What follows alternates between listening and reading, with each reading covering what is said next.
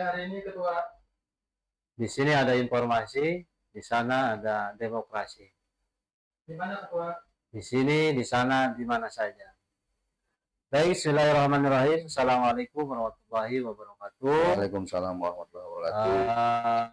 Teman pemilih Dulur Sambur Balai Desa, kita ketemu di podcast perdana, atau ini merupakan spesial di podcast perdana ini karena memang tema yang hari ini kita angkat ini yang betul-betul ramai di masyarakat, karena memang ini juga berangkat dari kepedulian dan tanggung jawab kita sebagai penyelenggara pemilu atau KPU berkaitan dengan bagaimana kita mengawal demokrasi khususnya yang ada di Kabupaten Subang.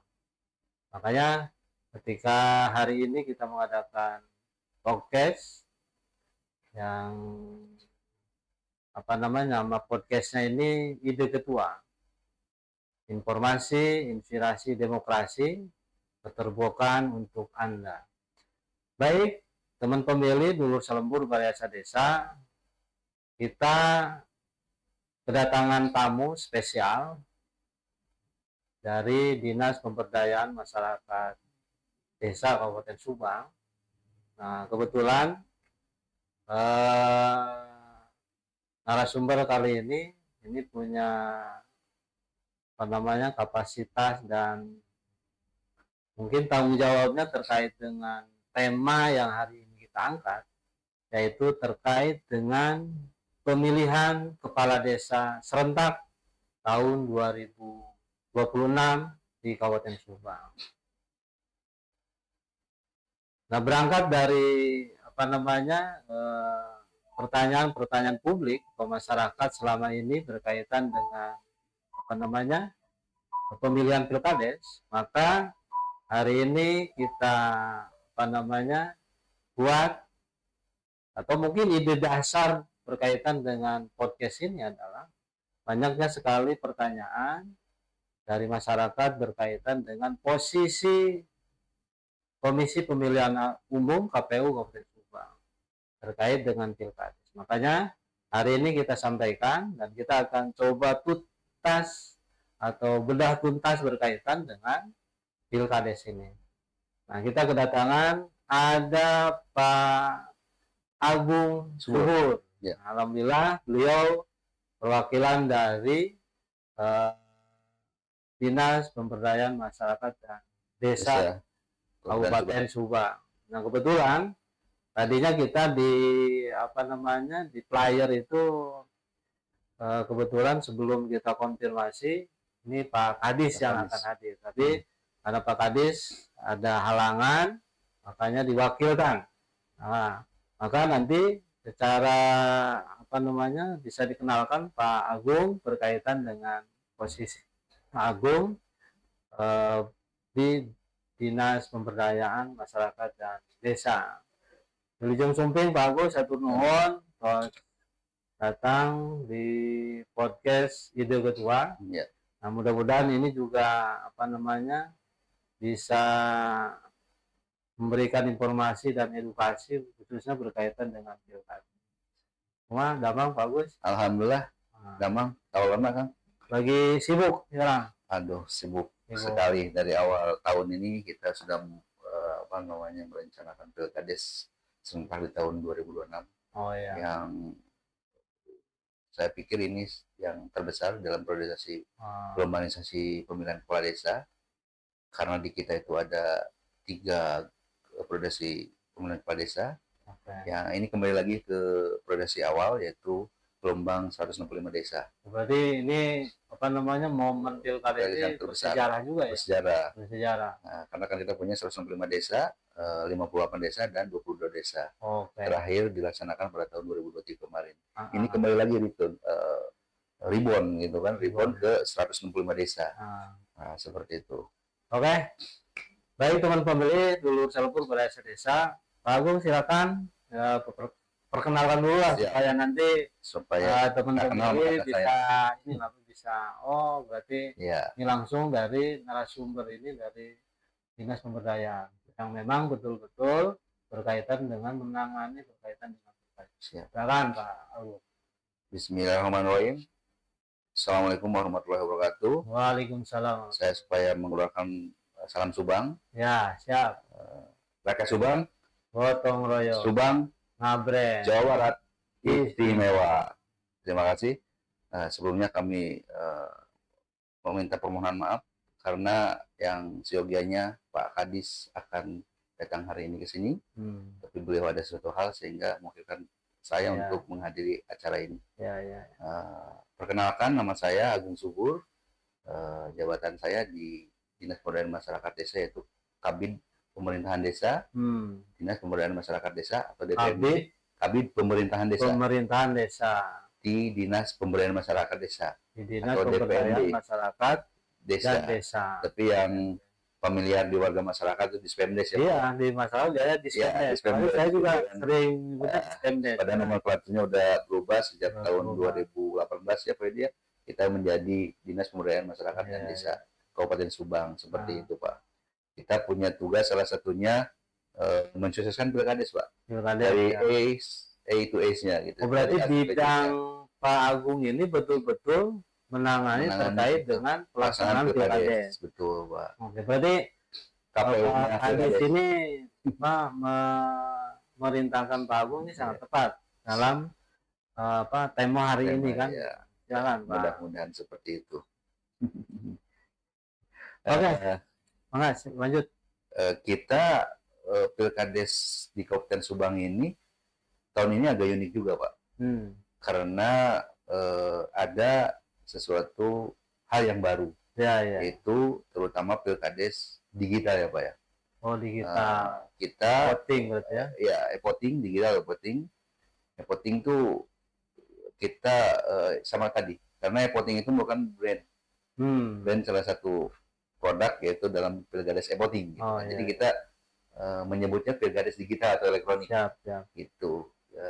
Sehingga di Kabupaten Subang berdasarkan surat edaran dari Gubernur Jawa Barat, gitu kan, seluruh desa yang melaksanakan pilkades di Jawa Barat ini itu melakukan pilkades dengan digital atau elektronik. Gitu. Kebetulan kami merencanakan yaitu yang tadinya 165 desa di 28 kecamatan, ada beberapa desa yang melaksanakan pilkades digital secara full, yaitu desa.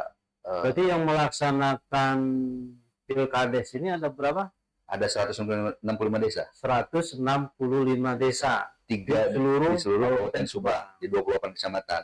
Di 28 kecamatan. 3 desa itu akan melaksanakan pilkades elektronik atau digital secara full. Oh, secara full. Nah, yang 160 desa itu hanya 1 TPS saja di desanya. Yang TPS pendusun. 3 yang full ini desa mana aja Pak?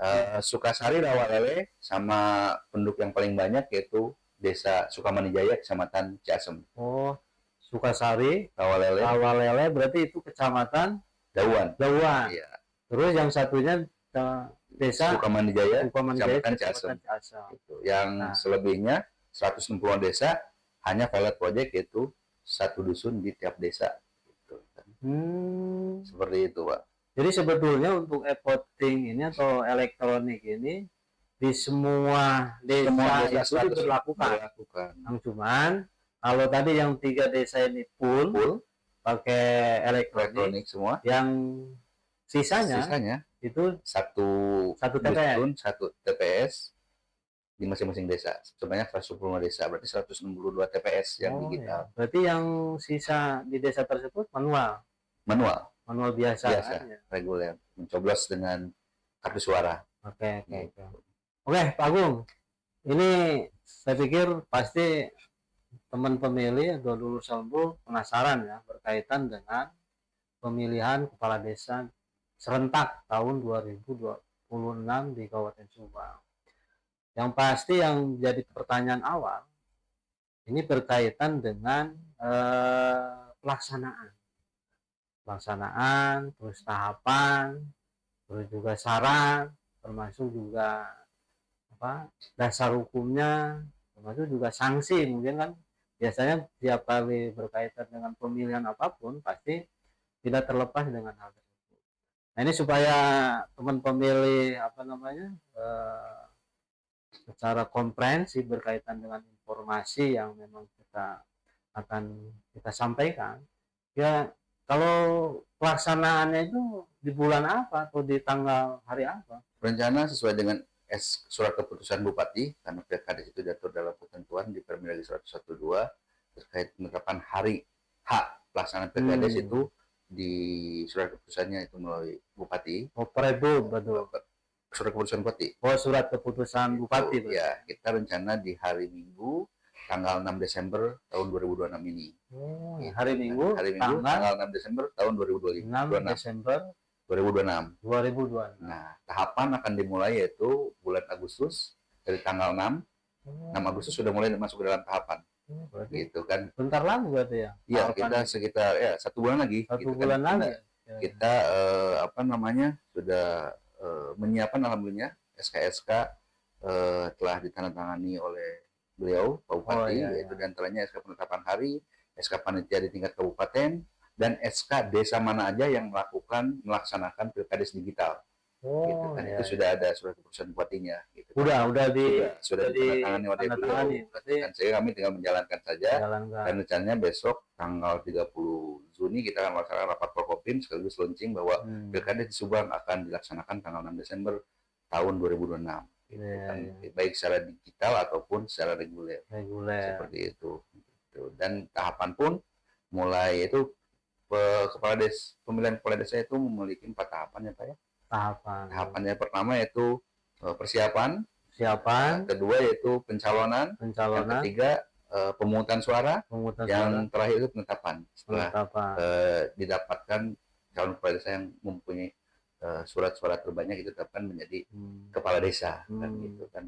Yang dari pertama yaitu tahap pencalonan, yaitu kita ada sosialisasi, fintech, gitu kan, terus pembentukan panitia, penyusunan RAB anggaran, penetapan biaya anggaran Pilkadesnya, masing-masing panitia setelah dibentuk, gitu kan. Dan yang kedua yaitu tahap pencalonan, di situ banyak tahap-tahapannya, gitu kan.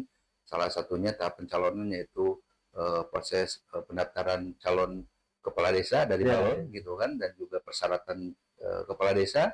Dan juga di situ tahapan-tahapan dari pencalonan kepala desa tersebut, gitu kan, dan juga apa namanya kampanye salah satunya, gitu kan, dan juga sebelum kampanye itu penetapan pemilih DPS, daftar pemilih sementara, dan juga daftar pemilih tetap. Selanjutnya kampanye itu berlangsung 3 hari, masa tenang, dan hari H itu hari pemungutan suara, gitu kan. Di situ salah satu bagian dari tahapan pelaksanaan Pilkades serentak di Kabupaten Subang. Seperti itu. Oh, berarti berkaitan dengan tahapan lebih simpel ya. Karena kalau kita sih di pemilu pilkada ini biasanya kita ada 11 tahapan. Tapi sebetulnya prinsipnya juga dari 4 ini, dari mulai tadi ada persiapan, pencalonan, dan sebagainya. Nah, Pak Agung, ini supaya apa namanya ini tersampaikan juga ke teman pemilih, ini berkaitan dengan Pilkades. Kan kita punya waktu 1 bulan lagi nih, 1 bulan lagi ya. Saya pikir ini juga 1 bulan ini bukan waktu yang sebetulnya udah injury time udah mepet. Kira-kira dari sisi persiapannya udah sejauh mana? Ya, terutama kita di kebijakan ya Pak ya, peraturan-peraturan gitu kan. Kita sudah menyiapkan, ya alhamdulillah dengan terbitnya Undang-Undang 3 2024 dan PP 16 2026, kita sebenarnya udah ternaung gitu kan oleh ketentuan tersebut gitu kan. Dan kita juga punya Perda, itu perubahan Perda nomor 4 tahun 2016 gitu kan, terkait tentang desa gitu kan. Kita ada perubahan Perda itu juga dengan Perda nomor 2 tahun 2026 ini, yaitu tentang desa. Yang di mana itu ada beberapa pasal atau sekitar 17 pasal yang berubah. Nah, selebihnya pasal yang lainnya itu masih tetap kita pakai karena Perda yang terbaru ini tidak menghapuskan Perda yang sebelumnya. Menyesuaikan pasal-pasal yang sesuai ketentuan yang di atasnya. Nah, seperti misalkan ada masa jabatan kepala desa gitu kan, terus apa syarat kepala desa yang WNI tadi gitu kan, Iya, yang iya, dirotasi oleh 1 tahun Nah. di penduduk di desa tersebut gitu kan. Sekarang dengan adanya Permendagri terbaru yaitu bebas. Jadi Hmm. warga negara Indonesia bisa mencalonkan kepala desa di mana saja gitu, asal ada di wilayah negara kesatuan Republik Indonesia kan seperti itu. Dan juga di situ ada eh, tunjangan purna tugas ya, tunjangan Hmm. tugas kepala desa dan BPD gitu kan. Oh. Begitu juga tunjangan purna tugas perangkat desa yang disesuaikan dengan kemampuan keuangan desanya. Seperti itu Bapak. Berarti Pak Agung, berkaitan dengan regulasi ya atau payung hukum ini saya pikir sudah sangat lengkap lah, dari mulai terkait dengan undang-undang, terus juga apa namanya, eh, perda, terus juga tadi apa, surat keputusan bupati. Ya. Itu sudah lengkap ya, sudah Ya mudah-mudahan sudah ready lah kan. ready ya. Tapi kita ada ya kita walaupun peraturan bupati ada sedikit perubahan on proses sekarang, Ya, udah ya. tanda tangani di bagian hukum biro hukum di Provinsi Jawa Barat gitu kan. Mudah-mudahan minggu ini udah selesai gitu kan. Tetapi peraturan bupati sebelumnya kan belum dirumuskan. Jadi induknya Perbup 75 tahun 2018. Induk di situ tata cara tentang pelaksanaan pilkades serentak gitu kan di Kabupaten Subang. Berarti memang rujukan dari regulasi ini juga banyak juga ya? Banyak Pak. Banyak Kalau juga ya? pilkades itu dari awal dari undang-undang, permen, undang, PP, permen, perda, perbum. Dari 5 rujukan kita yang harus. Lumayan, itu kalau kita menghafal juga butuh waktu sangat ini. Ya lumayan. Nah ini teman pemilih lulusan lembur desa-desa. Jadi artinya berkaitan dengan regulasi ini apa, Dinas Pemberdayaan Masyarakat dan Desa ini tidak hanya satu payung hukum saja, tapi runutannya dari mulai undang-undang, terus juga perda, PP, terus juga perbu, juga permen. Jadi nanti teman pemilih bisa dilihat Pak, nanti aturan-aturan yang berkaitan dengan pilkades supaya nanti kita bisa memahami betul berkaitan dengan pelaksanaan pilkades tersebut. Nah, Pak Agung, tadi kita sudah sedikit banyaknya membahas berkaitan dengan persiapan. Kalau di kita di KPU lah, di penyelenggara pemilu, pilkada, minimal ada 3 unsur penting yang bagaimana pemilihan pemilu atau pilkada ini bisa berhasil. Yang pertama itu ada penyelenggara, yang kedua ada peserta, yang ketiga ada pemilih. Nah, supaya apa namanya lebih simpel, ya 3 unsur itu aja lah yang istilahnya kita ini kan. Yang walaupun sebetulnya ada banyak unsur-unsur yang lain yang istilahnya bisa menunjang dan sangat menunjang berkaitan dengan keberhasilan setiap pemilihan. Pemerintah, ya keamanan, TNI, Polri itu juga bagian penting atau bagian yang sangat strategis dalam keberhasilan setiap pemilihan, apalagi ini bicara pilkades ini. Nah kalau saya lihat, apalagi kan di Subang ini ada 253 desa ya, dan kelurahan. Kalau desanya 245 desa. 245 desa. Berarti kan ini hampir 50% dari jumlah desa yang ada yang melaksanakan pilkada. Kalau saya pikir ini sama halnya kita melaksanakan pilkada kemarin kan gitu. Iya betul. Tengahnya. Jadi artinya ini butuh tantangan, butuh konsentrasi, dan dinamikanya saya yakin juga sudah kita bayangkan. Betul. Karena kita pengalaman pemilu dan pilkada kemarin. Nah, kalau dari sisi penyelenggara, panitia, ini mekanisme berkaitan dengan pembentukan penyelenggara ini, apakah memang secara hierarki tiap tingkatan? Kalau ini kabupaten, ada panitia tingkat kabupaten, panitia tingkat kecamatan, panitia tingkat desa kan, seperti itu. Atau di tingkat TPS juga ada. Kira-kira seperti apa, Pak? Sesuai dengan surat keputusan bupati yang telah ditandatangani oleh Pak Bupati, bahwa ada surat keputusan terkait panitia di tingkat kabupaten, yang dimana itu yang terlibat itu Porkopim, unsur Porkopim, Porkopimda, dan juga OPD-OPD terkait, khususnya dalam persyaratan-persyaratan itu tingkat kabupaten. Dan juga kita turun lagi ke bawah itu tingkat kecamatan. Itu tingkat kecamatan aja. ada Porkopincan itu yang diketuai oleh Pak Camat dan Porkopincang. ya ketuai Pak Berarti Camat dan penamaannya Porkopincang. Pincang. Panitia Pilkada Porkopincang. Kecamatan, tingkat kecamatan. Tingkat Nah, kecamatan. anggotanya itu Porkopincang. Oh, Pak iya. Camat, Pak Dan Ramil dan Pak dan Pak Kapolsek gitu kan. Polsek. Kapolsek di situ yang salah satunya itu menjaga kondusivitas dan keamanan pelaksanaan pilkada juga kan gitu kan. Kalau udah hierarki seperti itu kan gitu. Dan juga ada langsung yang melaksanakan pemilihan pilkades langsungnya yaitu panitia tingkat desa, Pak. Panitia tingkat desa. Ya, karena di situ panitia tingkat desa mempunyai tugas yang lumayan cukup berat juga. Iya. Dari mulai persyaratan calon kepala desa dan mulai memverifikasinya juga gitu kan. Dan juga di situ ada pengawas yang dianggotai oleh anggota BPD gitu kan, yang mana pengawas di situ untuk mengakomodir itu permasalahan-permasalahan yang ada dalam tahapan-tahapan pilkades gitu kan, dan harus selesai dalam tahapan tersebut. Dan apabila masih kurang puas sengketa tersebut gitu kan, terutama di hasil gugatan hasil pemilihan suaranya gitu kan, boleh melalui PT UN gitu. Oh ya. Itu. Nah, ini terkait dengan penyelenggara, Pak Agung. Penyelenggara ini kan pasti apakah memang di plot atau istilahnya ini panitia harus dari unsur ini atau bebas masyarakat umum juga bisa mendaftar. Nah, ini saya pikir nanti juga teman-teman atau dulur sambur pada desa-desa mungkin berminat kan ya, berminat menjadi panitia di tingkat desa.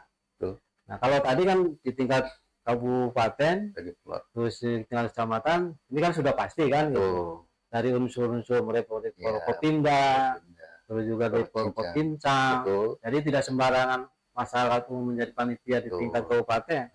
Nah, ini kira-kira kalau di tingkat desa, apakah memang umum juga bisa daftar? Kalau daftar, syarat ijazah atau pendidikannya ini harus minimal apa? Terus juga seperti apa mekanismenya? Ya kan?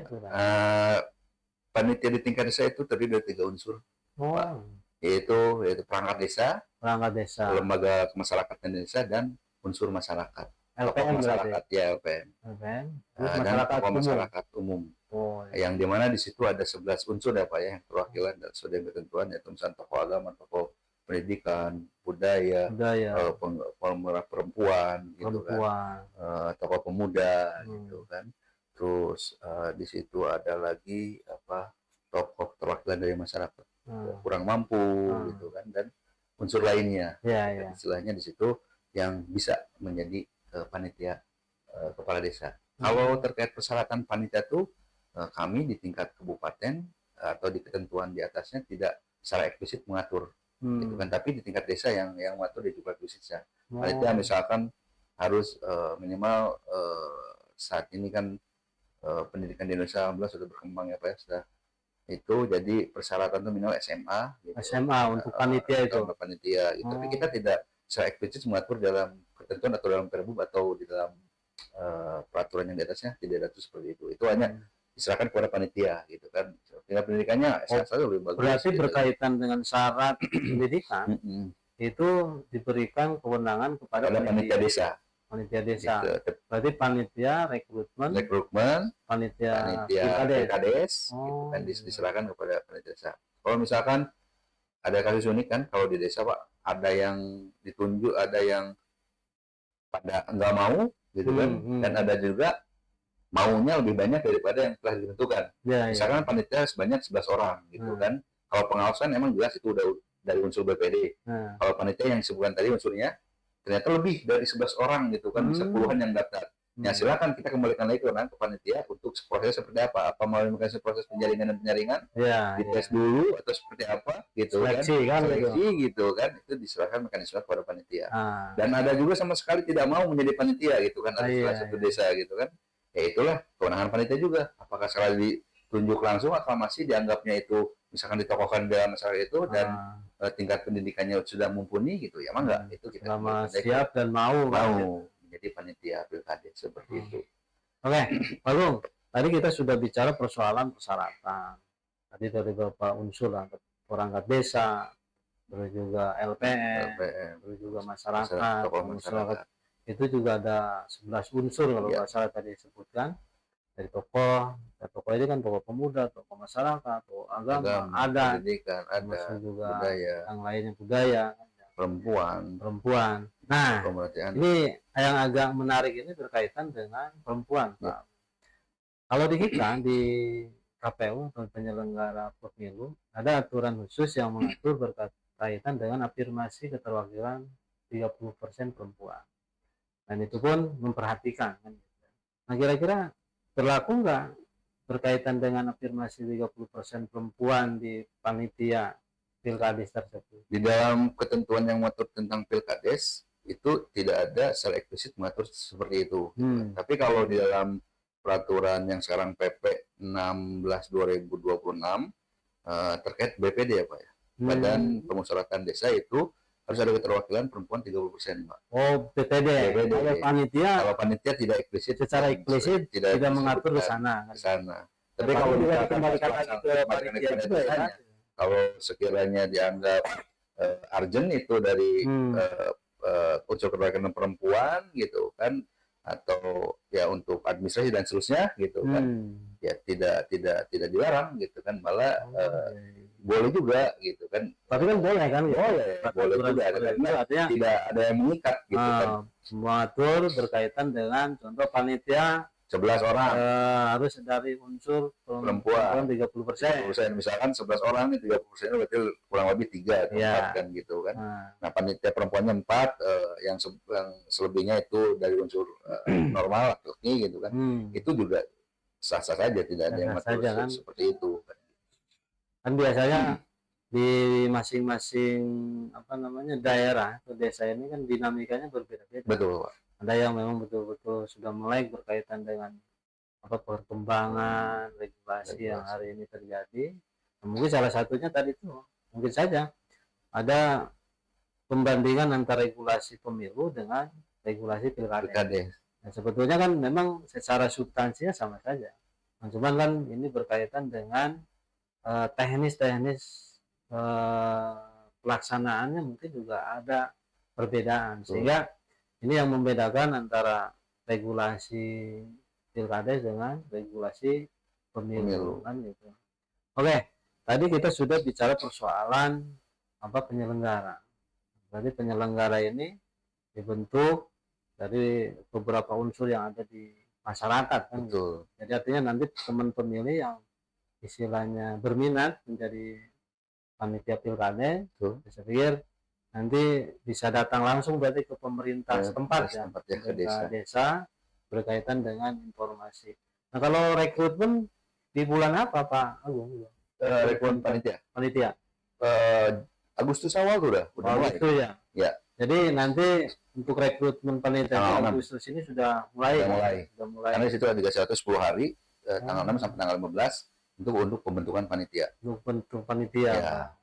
Nah, ini informasi dari Pak Agung, dari Dinas Pemberdayaan Masyarakat Desa ini. Jadi nanti bulan Agustus ini tunggu saja. Jadi kalau seandainya teman pemilih berminat menjadi panitia bisa daftar di BPD-nya desa masing-masing. Di BPD desanya masing-masing. Karena yang menentukan panitia itu yang menentukan itu BPD, Pak. Oh, BPD. Badan Pemusyawaratan Desa. Perwakilan Permusyawaratan Desa. Ya. Karena yang mempunyai tanggung jawab terhadap pelaksanaan pemilihan kepala desa-desa itu adalah BPD. Oh, BPD. Oh, punya kewenangan khusus berarti BPD berkaitan dengan rekrutmen panitia. Karena di situ BPD itu 6 bulan sebelum masa habis jabatan, BPD punya kewajiban untuk menyampaikan surat kepada pejabat kepala desa yang akan masa habis jabatan yang saat ini menjabat 6 bulan sebelumnya, Pak. Gitu kan. Jadi memberitahukan kepada kepala desa, Pak Kepala Desa nanti bulan Desember habis masa jabatan gitu kan. Di ketentuan setelah 6 bulan memberitahukan 10 hari gitu kan, BPD setelah memberitahukan kepada pejabat kepala desa yang saat ini membentuk panitia Pilkades. Oh, iya. Nah, gitu di ketentuan gitu kan. Nah, ini Pak Agung, tadi kan yang punya kewenangan untuk membentuk panitia itu kan BPD kan gitu. Nah, biasanya di beberapa daerah kan kebutuhan situasi kondisinya kan berbeda-beda. Betul. Pasti dilihat pada aspek-aspek pendidikan dan lain halnya kan. Nah, untuk DPD itu sendiri itu bisa juga merangkap menjadi panitia juga bisa. Tidak bisa, Pak. Oh, nggak bisa. Nggak bisa BPD. Oh, Hanya BPD pengawas. oh, BPD di sisi pengawas. Karena selain dari mengawasi jalan pemerintahan desa, kebetulan BPD dalam surat kepanitiaan itu sebagai pengawas pemilihan kepala desa. Oke. Jadi teman pemilih berkaitan dengan panitia Pilkades ini ternyata memang yang punya kewenangan itu BPD. Tapi BPD juga ada nggak boleh menjadi sekaligus panitia kan? Ya, merangkap nggak boleh. Nah, tadi mungkin secara teknis panitia sudah kita bahas.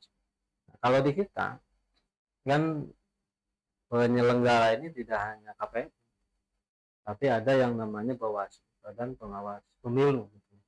Nah, ini nanti punya tugas dan fungsinya ini berbeda-beda. Walaupun secara undang-undang di kita ini ada 3 lembaga yang dianggap sebagai penyelenggara, KPU, Bawaslu, sama DKPP. Bawaslu sebagai lembaga pengawas dan DKPP itu sendiri ini sebagai dewan yang sekiranya memantau kinerja dari 2 lembaga ini, baik KPU maupun Bawaslu. Jadi ketika ada pelanggaran etik, ini bisa dilaporkan. Kalau seandainya ternyata integritasnya ini dipertanyakan atau hal ini bisa diajukan. Nah, ini kalau di Pilkades sendiri, tadi panitia ada, penyelenggara. Kalau bisa dikatakan KPU-nya lah, tingkat desa kan. Kalau pengawasnya dari mana? Dari unsur BPD tadi. Dari unsur BPD. Jadi apapun kalau misalkan ada permasalahan atau pelaporan gitu kan terkait penyelenggaraan pelaksanaan pemilihan kepala desa, bisa disampaikan kepada pengawas yang ada di desanya masing-masing gitu kan. Sehingga ya tadi dalam tahapan Pilkades ada misalkan ada gugatan dan sengketa gitu, ada ketidakpuasan. Itu harus selesai dalam tahapan sendiri, misalkan dalam tahapan pencalonan terutama kan terkait syarat prasyarat calon kepala desa kan gitu kan, antara kepala desa gugatannya antara sesama calon kepala desa atau kepada panitia pilkadesnya sendiri gitu kan. Nah, itu tahap gugatan tersebut harus selesai dalam tahapan misalkan persyaratan kepala desa gitu kan, atau ijazahnya kepala desa si A, ijazahnya persamaan tapi kelompok belajarnya sudah tidak ada gitu kan. Nah, itu harus bisa diselesaikan dalam tahapan itu gitu kan, dan berkoordinasi dengan dinas terkait, yaitu dinas pendidikan dan kebudayaan yang ada di Kabupaten Subang, seperti itu. Nah, berarti kan kalau posisi seperti itu, DPD ini secara otomatis menjadi pengawas dalam Pilkades itu. Berarti jumlahnya juga berdasarkan jumlah yang ada? Tidak, Pak. Hanya terkomunal 5. Oh, pengawas itu 5 orang. Walaupun DPD-nya banyak. Ada 9. Gitu. Sebenarnya kan DPD itu sebenarnya dari mulai, karena itu tergantung jumlah penduduk ya Pak ya. Di Perda 4 2015 kan jumlah BPD, jumlah penduduk antara 0 sampai 2.500 yaitu 5 orang, 2.500 sampai 3.500 itu 7 orang, 3.500 dan seterusnya itu 9 orang. Gitu. Nah, itu ditentukan juga gitu kan. Jadi kan kita batas minimalnya yang kita ambil itu 5 orang yang tadi gitu kan, jadi sebagai pengawasnya gitu kan, dan disesuaikan dengan kemampuan keuangannya itu Pak gitu kan, pembiayaannya. Berarti batas minimal 5 orang. Bukan maksimal, batas maksimal 5 orang. Maksimal 5 orang. Ya. Kalau minimalnya berapa? Ya kurang dari 5 orang tadi gitu. Tapi ya karena kan kalau ditetapkan itu slotnya udah 5 orang gitu di situ gitu kan, sebagai pengawas. Ya. Kan biasanya kalau berkaitan dengan pelaksanaan pemilihan apapun yang menjadi patokan itu regulasi. Ya. Jadi kepastian hukumnya ini harus jelas. Betul, Pak. Termasuk berkaitan dengan penentuan jumlah pengawas. Tadi batas maksimal 5 orang. 5 orang. Nah, termasuk juga panitia 9 orang. Panitia 11. panitia 11 orang. Panitia 11 Itu diatur dalam ditambah 5 ya, berarti 16 16 orang. Tuh. Belum ada Kalau panitia tambahan nanti. Itu diatur di desanya masing-masing kalau panitia tambahan. Oh. Sekiranya kinerja panitia 11 ini dianggap masih berat gitu, masih butuh SDM untuk meng-hire pekerjaan-pekerjaan yang lainnya gitu. Kan ada dibentuk panitia tambahan. Berarti ada panitia tambahan yang panitia inti dan panitia memperbantukan ya. Ya. Ada di sekretariatan atau pas pelaksanaan, misalnya sosialisasi, pas hari H atau pas sudah pasca pemungutan seperti itu. Oke, Bagung, ini berkaitan dengan pelaksanaan tadi penyelenggara lah. Kan biasanya berkaitan dengan kalau di kita kan berpemilu pilkada itu ada TPS, Betul. Tempat pemungutan suara. Kalau di pilkades itu sendiri apakah memang di dalam satu TPS atau di beberapa TPS? Dalam pelaksanaan pilkades itu agak berbeda dengan pemilihan pilkada ya Pak ya, pemilu ya. Karena di pilkades ini bertempat di satu titik. Oh, satu titik. Kan yang bisa dijangkau oleh semua kalangan. Gitu. Misalnya di lapangan terbuka atau fasilitas umum lainnya gitu kan, di kantor balai desa kalau mengumpul nih atau di sekolah-sekolah gitu kan. Nah itu bersentral di satu titik gitu, untuk melaksanakan pemungutan suara dan terdiri dari beberapa TPS. TPS-nya disesuaikan dengan jumlah dusun Pak. Oh iya. Gitu. Jumlah dusun satu desa itu ada 4 dusun, berarti TPS-nya 4 dusun. Tapi bilik suaranya bisa diperbanyak juga. Gitu kan. Berarti kan teknis pelaksanaannya jadi satu titik tapi dibuat beberapa TPS. Sesuai dengan dusunnya. Kalau seandainya desa tersebut 3 dusun berarti 3 TPS. Kalau 4, 5 berarti sesuai dengan Oke. Kalau bilik suaranya tergantung dari kebutuhan jumlah penduduknya, karena kita dalam satu TPS tidak dibatasi kayak di pemilu dulu waktu zaman COVID ya. Kalau dulu zaman COVID kan satu TPS itu sekitar 100 orang kan gitu kan.